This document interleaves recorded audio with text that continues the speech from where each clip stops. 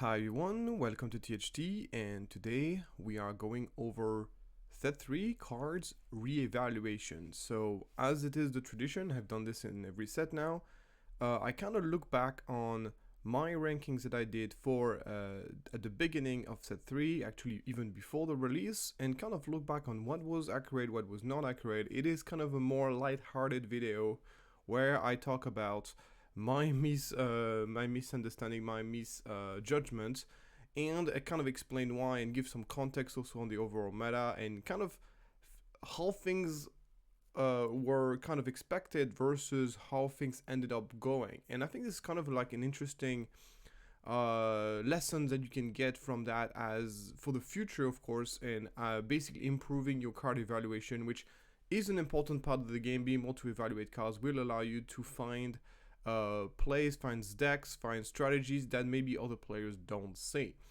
So just for context, this the original ranking was done on the 3rd of November. That was about a week before the release of the set. So obviously that means very minimum time for playtesting. That means very minimum context into the meta, because at that stage there is basically no meta, and you know that a card is not good and bad in a vacuum. It is usually good and bad in the context of a meta. And it was also before the boba ban. Obviously set 3 in the context of boba still be illegal looks completely different from a boba from set 3 in the context of boba being banned. And that's something that I wanted to emphasize a lot on, because that really gonna mislead me a lot on certain archetypes. Obviously, there's gonna be other misjudgment that we're gonna get over, and the reason why I didn't change them properly. And there's obviously a few things I was right about. So let's get into it without further ado, and we're gonna start with Cunning Villainy. So my original ranking for Cunning Villainy is P38 first, Cat Bane second, and on the doorstep third best card in this color combination.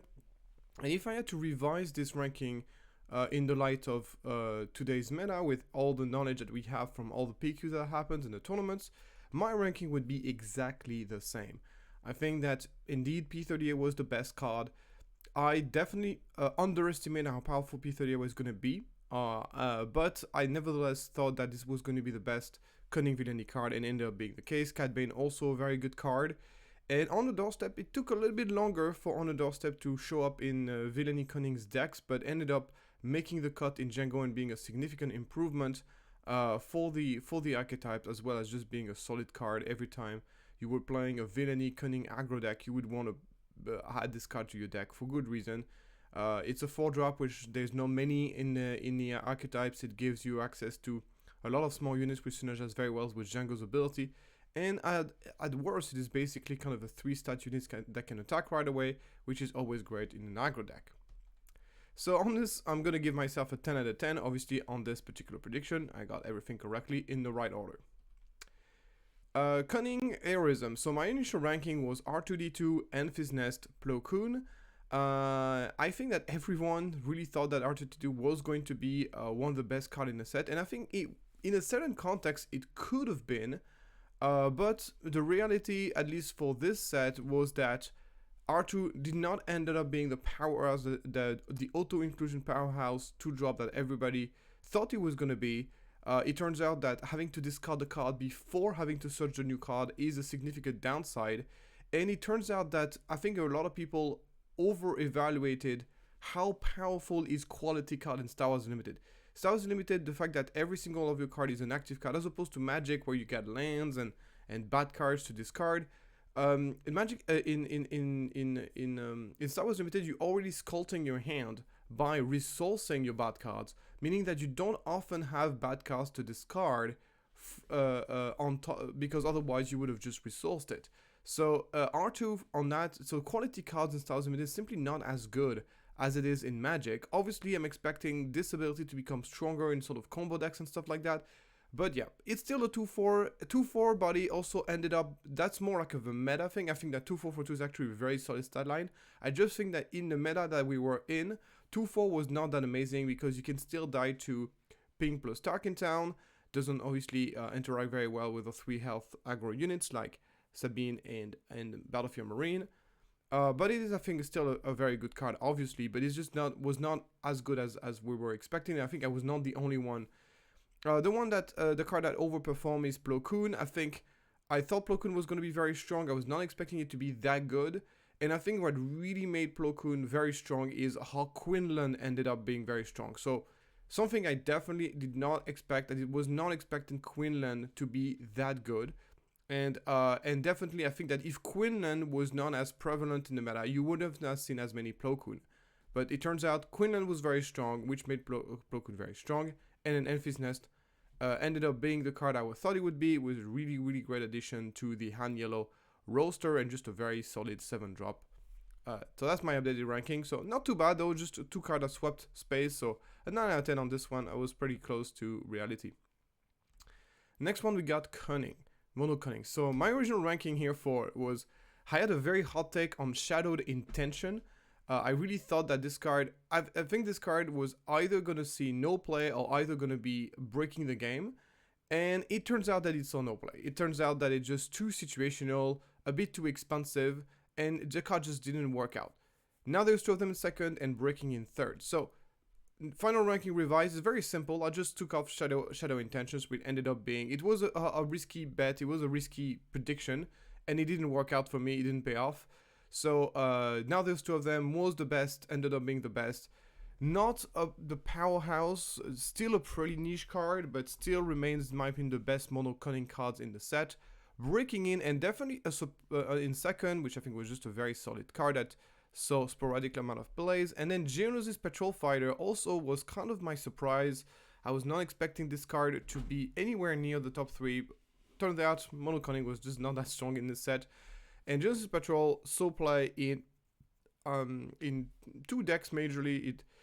It saw play a little bit in Doku Yellow. It saw play in Chancellor Palpatine because it was an easy way to flip Palpatine on turn 2, regardless of what the opponent was doing. And it was also, of course, saw play in Django. So niche plays, but still a card that deserved to be on the podium. Moving on, so I give myself an 8 out of 10 on this one. For me, it was just the Shadow Intention that was misjudged, but then the rest was pretty accurate. So give myself an 8 out of 10 on this one. Moving on, we got Villainy Vigilance. Villainy Vigilance. My initial ranking was General Grievous, Rune Echo, and Malevolence. And this entire ranking makes sense when you think that exploits Doku Blue is going to be a thing. Because obviously, General Grievous is very strong in Doku Blue because you can play it on turn 1 thanks to exploit, and if you sacrifice a 1-drop, and even better if you sacrifice a Vanguard Ace, a Vanguard Trooper, I forgot the name, you get yourself a 5/5 on turn 1, which is pretty nice. And I also thought that just the 4/4 body was going to see some sporadic play here and there. Also, being an official was also kind of great in so I just thought this guy was going to see some play. Did not see nearly as much play. Doku Blue was unfortunately not an archetype that ended up seeing competitive play, which is, I was secretly hoping that it was going to be the case. So it didn't work out that way. I've definitely over-evaluated. I really thought Exploit was going to see a little bit of play if the meta did not have... Basically, my prediction was that if the meta forgets that Exploit exists and people don't play any board wipes, Exploit was going to be good. And it turns out to not be the case. Even what is very, very sad about Exploit as an archetype, and really it shows the magnitude of the failure of FFG to make this archetype good, is like even with the entire meta completely ignoring the archetype, even then the archetype did not make any competitive dent, and it was just simply not that good of a deck. So yeah, I got a bit baited on Beton on this one. Beton was really kind of like teasing me, oh yeah, General Grievous 5/5 turn 1 is going to be everywhere, whatever. He kind of like was kind of over teasing me this synergies, and I got baited by this, and that's why I put Grievous in first. Then Rico, just an overall solid card. So my updated ranking is that so this is the same thing about Malevolence. Malevolence, even though it has exploits, definitely overpriced, and exploits simply just not a good mechanic for competitive play, at least for now. So my revised judgment is that Calculated Magma Guard is, in my opinion, the best blue-black card in the set. Turns out 3/4 stance is very good, especially it can be pulled by Vader. It's just a solid card to protect yourself. Some people might be surprised by this, but I think just Calculate Magna Guard just ended up being a very solid pull for Vader, just a solid 2-2 play. It just helps blue-black really a lot into kind of protecting themselves. So it's not amazing, and it's definitely not single play. Blue-black overall this set was very weak in my opinion. But is nevertheless, in my opinion, the best card of the set. Then we got Runako, which is also niche, but was decent in some version of Palpatine Blue. And then Devastating Gunship, which I don't think this card is amazing, but it does combine pretty well with Kira, and it was also quite good in the meta since Jango Fett saw so much play. So I don't think Devastating Gunship in a vacuum is a very strong card, but it just ended up being quite good because of the meta that we were in. We were meta with Jango, but even then it was basically only simply in Kira, so can't really much higher than this. I give myself a 2 out of 10 on this one. Obviously was my overall prediction was pretty bad. Once again, all related to the fact that I thought that Exploit was going to be better. Then we got Vigilance Heroism, and I said this before and I'll say it again. I think Vigilance Heroism as a color combo in this set was just incredibly weak. It really didn't get anything good. So it's actually very hard to rate what are the 3 best cards of the set in those colors when none of those cards, very few of those cards have any competitive potential. So it was actually very hard to rank them. So my initial ranking was Hello There was going to see the most play, Outspoken Representative, and then Satin Cries. Satin Cries, I knew this card was not going to see play this set, but I just thought that I'm going to put this in the list because this card has some really nice potential for the future. Ended up being not so inaccurate. Basically, Outspoken Representative ended up seeing some play in the late. Something that the only thing that I really overlooked was the Obi-Wan Idol Sprite. I don't think this card is amazing, but it just ended up being quite decent because of the meta. Once again, Jango Fett being so prevalent in the meta meant that being able to deal damage, 2 damage to a unit in space ended up being really useful. And this is exactly what Obi-Wan Idol Sprite does. So for that reason, Idol Sprite ended up being the blue-white card of Twilight of the Republic that ended up seeing the most competitive play. And that's entirely because of the meta, the fact that Jango was just so prevalent, which is something that I did not predict would happen because obviously in my world, remember, in my world, Boba is still legal. So if Boba is still legal, I mean, yes, you got Boba Red that plays a lot of space units, but I don't necessarily think that Boba Red would have been the best version of Boba. I think Boba, while in Jango, it's clear that the Jango all-space deck was the best version of Jango. So in my world, once again, it makes sense for me that I didn't put Obi-Wan in this top 3 because in my world, whenever I made that ranking, Boba Fett was not legal. So consider the circumstance, I give myself a 7 out of 10 on this one. And we're ready to move on to the to Vigilance.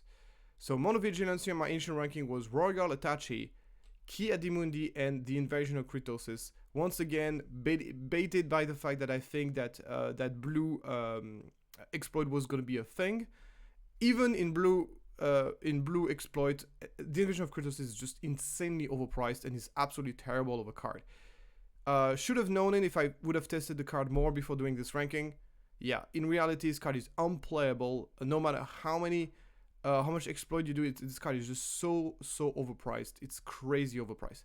Royal Guard Attache, I put this up there simply because I think just 3-3 for 2, 2-2 for 3, 3-3 for 2, sorry, in Krennic is very strong.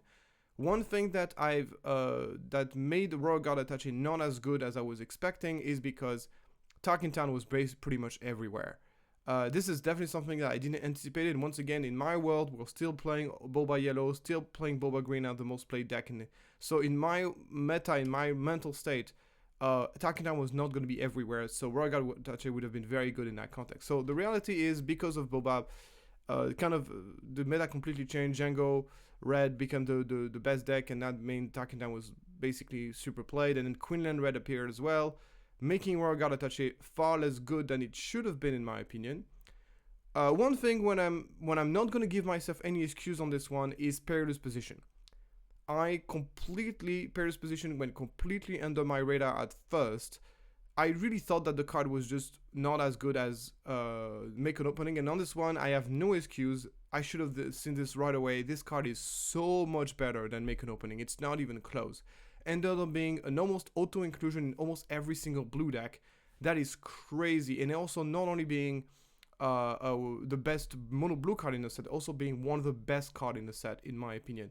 So definitely a misjudgment on this one. Give myself a 6 out of 10 because it's such a big, and this one I don't have any meta SQs to kind of like cover myself. It really was a complete misunderstanding of what Paris position does in terms of a Powerball.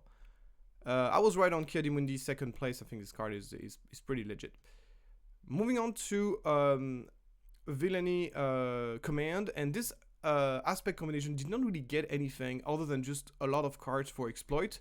So naturally, my ranking was kind of like, okay, once again, coming from the principle that exploit was going to be a thing. And if you're playing an exploit deck, I think Kraken and Kalani are both really strong payoff. So once again, it got baited by that, and this is why my ranking looks like this.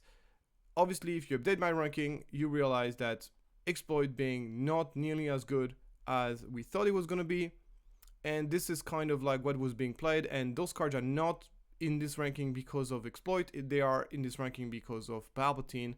Yellow notably was playing all those cards. Turns out that whenever you are capable of putting a bunch of tokens into play, Palpatine's ability becomes very powerful, and it was a strong boost to the deck. And that's the reason, in my opinion, that despite the meta being very aggro, Palpatine ended up doing quite well in the meta. So yeah, Confederate Courier, Poggle the Lesser, Droid Commando. I don't think any of those cards are amazing, but except maybe Confederate Courier, but they are there because they are objectively the card that did the best in this meta, thanks to Palpatine. Give myself a 3 out of 10 on this one. Obviously, did misjudge 2 out of the 3 cards. Then we got Command Heroism. So Command Heroism, my original ranking was Yularen at first, Republic Tactical Officers, Captain Rex. Deep inside, I knew that Republic Tactical Officers and Captain Rex were not gonna see play, but I was just going for the principle that if you want to play a Republic deck, Republic Tactical Officers is very good. And if you want to play a Coordinate deck, then Captain Rex is also pretty good. So this is kind of my thought process. I knew they were not going to see play. I think this set was very weak for Command Heroism, but that was just my thought process. There's just one card that I under-evaluated was Ayla Secura. So Ayla Secura, I still think this card is not worth playing, in my opinion. But forced to admit that there were a lot of people who felt otherwise and put it in their deck. And even though I still don't think this card is very good, I'm willing to put it at the second spot because I think it is definitely better than the other card I put in this list. Once again, in a context where Republic cards are very strong, Republic Tactical Officer is a good card, but unfortunately that was not the case. So in that context, Ayla Secura ended up being better. Still think Admiral Yellow is the best white green card in the set. Was seeing some play here and there, but overall a very weak set for Command Heroism. Give myself an 8 out of 10 on this one. I think I was pretty accurate, just a second spot that I didn't judge properly. Moving on, we got Mono Command. And in Mono Command, this is my original ranking. Huang, B2 Legendaries, and the Clone Wars. So, a bit of explanation on this. So, Huang, I got super baited by Beton. Once again, Beton from the Soup Racers. Told me this card is the best card in the set. It's amazing, blah, blah, blah, blah. Tested a little bit about this, thought it was quite good. But if you remember my initial impression on this card was that it was mid. It was fine, but it was not like amazing. So, ended up I said, okay, I took the bait because I respect Beton a lot as a deck builder.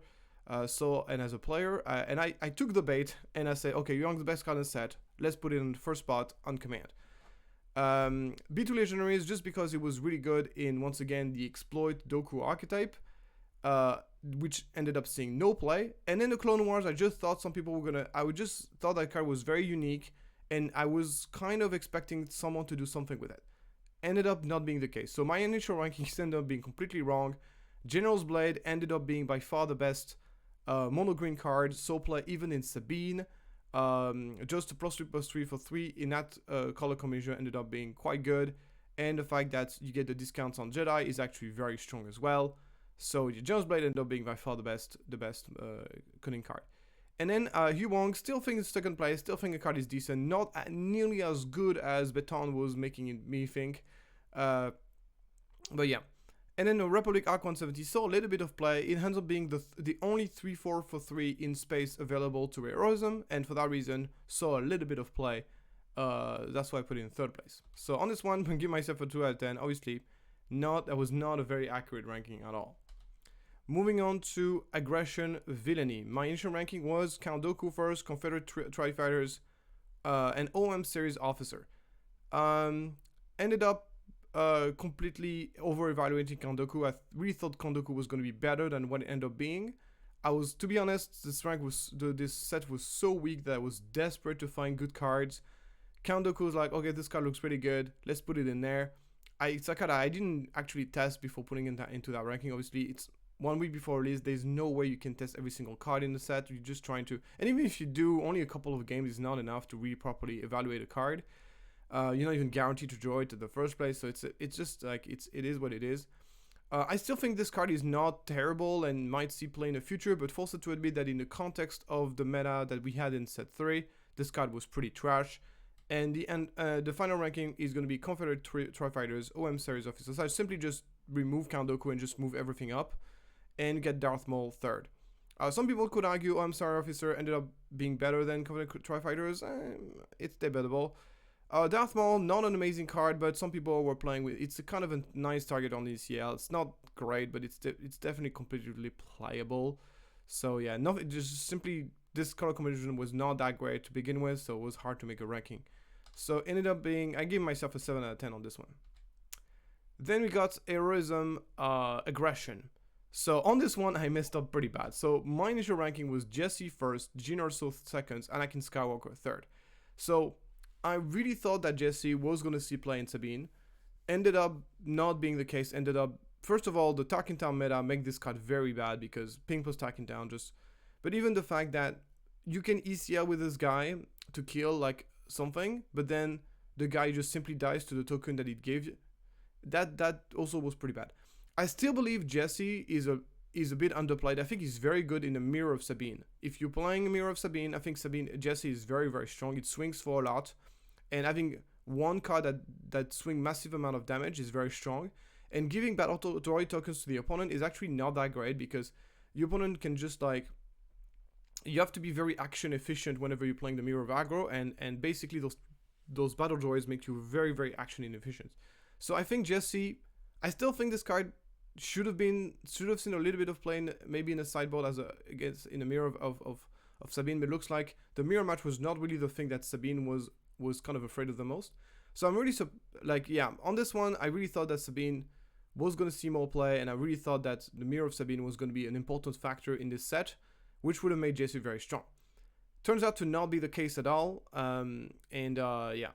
So Anakin Skywalker, I put it in third place because I thought it was a great card with now there's 2 of them.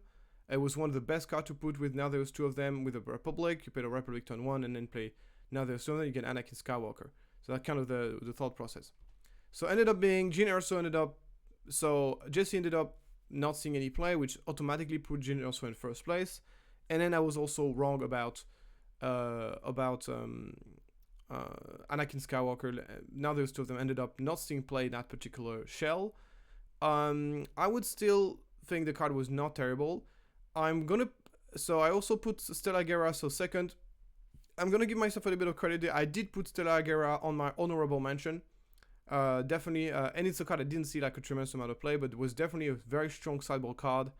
And then we got Anakin's Interceptor that ended up being quite good because Anakin ended up being quite good, which automatically made Interceptor quite decent. Not an amazing card by any means, but definitely up there. Give myself a 3 out of 10 for this one. Not a great ranking, but it is what it is. Mono Aggression. So my initial ranking was Droid Bomber first, Twice the Pride second, Mr. Bone third. I really thought Twice the Pride was going to see a bit more play, but it's just double aggression just doesn't see much play, and that's just the reality of things. And Mr. Bones also kind of a small improvement over double aggression. Saw a little bit of play in those kind of Kylo Ren, double red Kylo Ren. It was kind of a significant boost to the double Kylo Ren deck. But my revised ranking was that I basically just simply forgot about... I didn't forget, I was just simply not expecting Heavy Pursuit of Tank to see play. Once again, remember that in my ranking, Django Red doesn't see any play because Boba still exists. So obviously, if you remove Django from the equation, Pursuit Attack is not really that good of a card anymore because the dealing 2 damage to a ground unit is not very effective unless you're playing Django. So on this one, I'm just gonna give I think my ranking was pretty accurate. It's just that I basically in my Boba was not banned, so in my world Django didn't see any play. So, but even then, I Pursuit Attack was definitely not the first card that would have jumped to my mind as being a great in Django. So ended up being the most played card in the set for that very reason. I think I was correct on Vanguard Droid Bomber. It took a bit of time for people to start playing it, but it definitely was very good. Kind of a staple in all those separatist-based aggro deck with Asajj and stuff like this, and then Twice the Pride sort of a play as well. But, I think, yeah. So that's 8 out of 10 on this one. Once again, I'm kind of being generous with myself because I think that Pursuit Attack, that was mostly like kind of a meta thing. Mono Villainy. So Mono Villainy, my initial ranking was Invisible and Merciless Contest Droid Deployment, and once again, same story. I just thought Exploit was going to see play, as I thought that Dooku was going to see more play, which would have made Invisible Hand being one of the staples in those decks. Ended up not being the case, and so I just swapped the order. Merciless Contest ended up being the best card. Droid Deployment, Invisible. Pretty accurate ranking, just the Invisible Hand, which in the wrong order. Then we got Heroism. Okay, in Heroism, Phase 1 Clone Trooper, the reason why I put it first is because if you're playing Mono Blue, he's pretty much the only 3 attack, 2 drop that you can play. He's also quite good in Palpatine's, in Chancellor Palpatine. So, yeah. Ahsoka Padawan Lightsaber as kind of like a one cost plus 2 attack. Even if you don't play Ahsoka, I think the card is decent and does not disturb for a cause I believe in, as opposed to DR40 blasters. And it ended up seeing some play. I know Rebel Resource in one of his Sabine Yellow ended up being playing a few Padawan Lightsaber in his deck. So I think I was right to put it in second. And then we got the Tranquility. So Tranquility, I thought the card has some potential.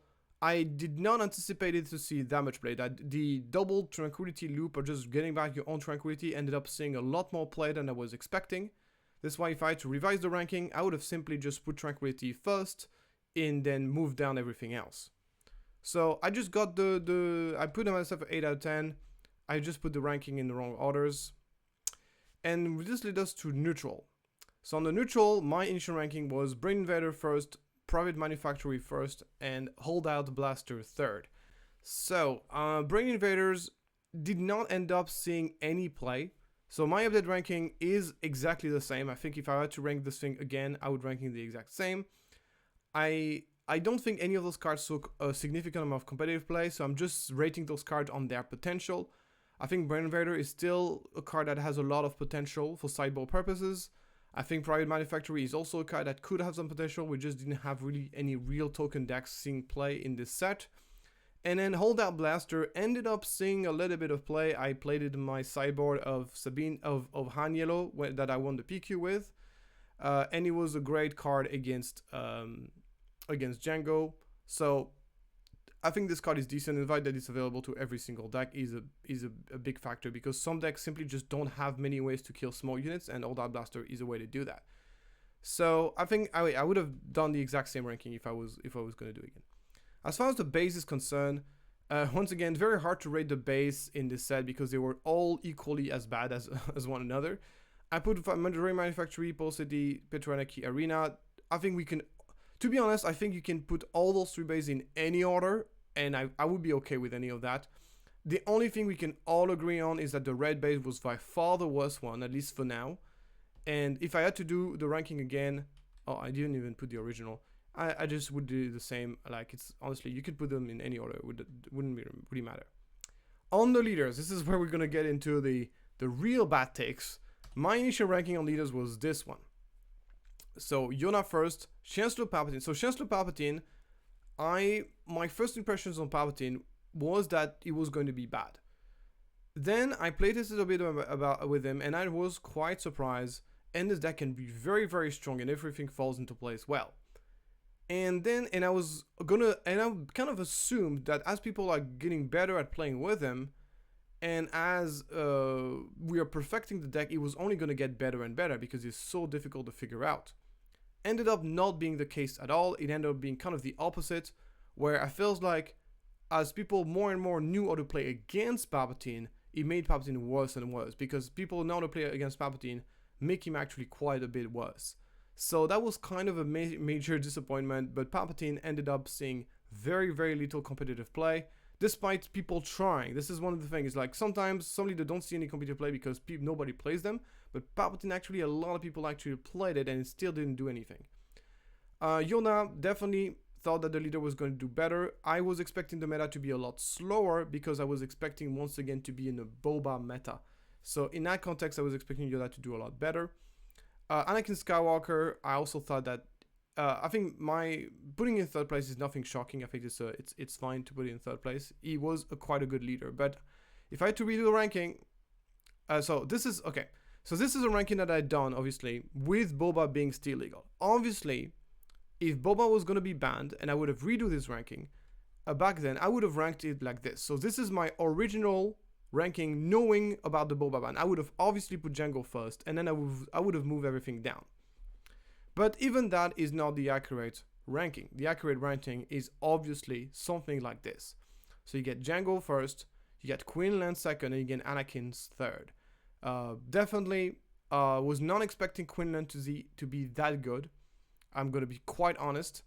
And that was my major misplay, and I was obviously expecting Yoda and Palpatine to do better. So I give myself a 2 out of 10 on this one.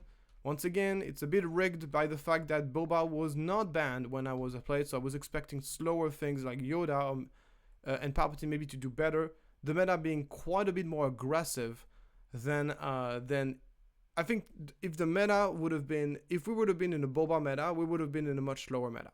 That I'm pretty confident because the best way to counter Boba was to play soft control, hard control, remember. So the meta would have slowed down a lot more if Boba would have been legal, which would have changed how those leaders would have performed in that environment. But it is what it is. Anyway. On the non-leader one, okay, this is the one where I really, really messed up. So this was my original ranking.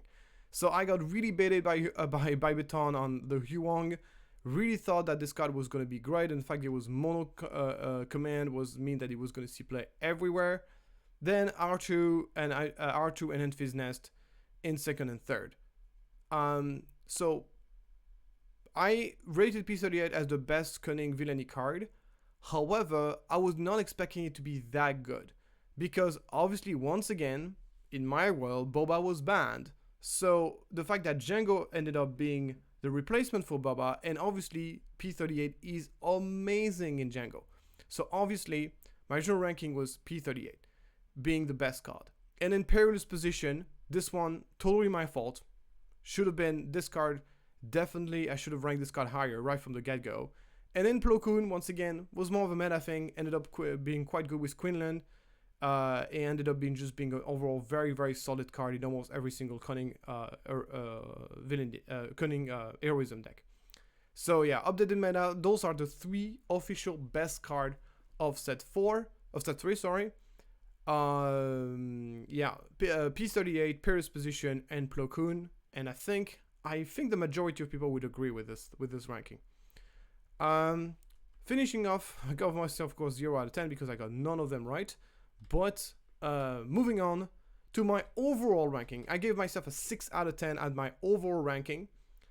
I got baited, obviously the Boba not being legal definitely messed up a lot of my rankings. I think the meta was, I really thought the meta was going to be a lot slower. Another major big misjudgment was that I really thought that Exploit was going to see a lot more play. I could not imagine that not a single mechanic from set 3 was going to see no play, and ended up being the case. So I've kind of overestimated this set a little bit in that sense. But yeah, I have 2 lessons I remember from this set. First of all, sometimes theoretical prediction can end up being more accurate than misleading practice.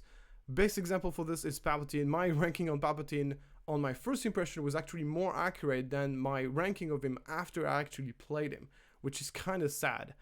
So sometimes a couple of misleading games can actually be worse than just a theoretical analysis on card, especially if you have a good grasp on theory of trading card game. And the last lesson is stop listening to Beton. Like, Beton has those crazy hot takes early on in the set, and I kind of blindly followed some of the hot take, and I retrospectively I should not have done that.